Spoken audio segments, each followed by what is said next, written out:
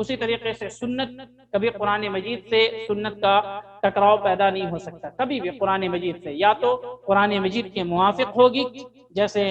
اللہ رب العالمین نے نماز فرض کیا، سنت میں بھی بہت ساری احادیث ہیں جو آپ کے نماز کی فرضیت کو بتاتی ہے۔ اللہ رب العالمین نے حج کو فرض کیا، سنت میں بہت ساری سنتیں ہیں جو حج کی فرضیت کو دلالت کرتی ہیں، یا پھر وہ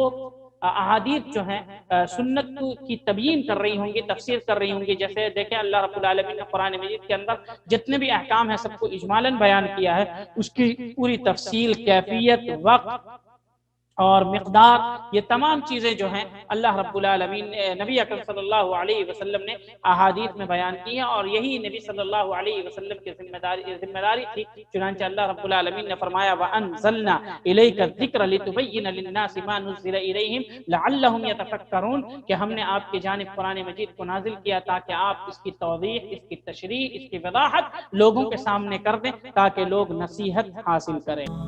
اور مزید ویڈیوز کو دیکھنے کے لیے آپ ہمارے YouTube چینل کو سبسکرائب کریں۔ فجزاکم اللہ خیرا۔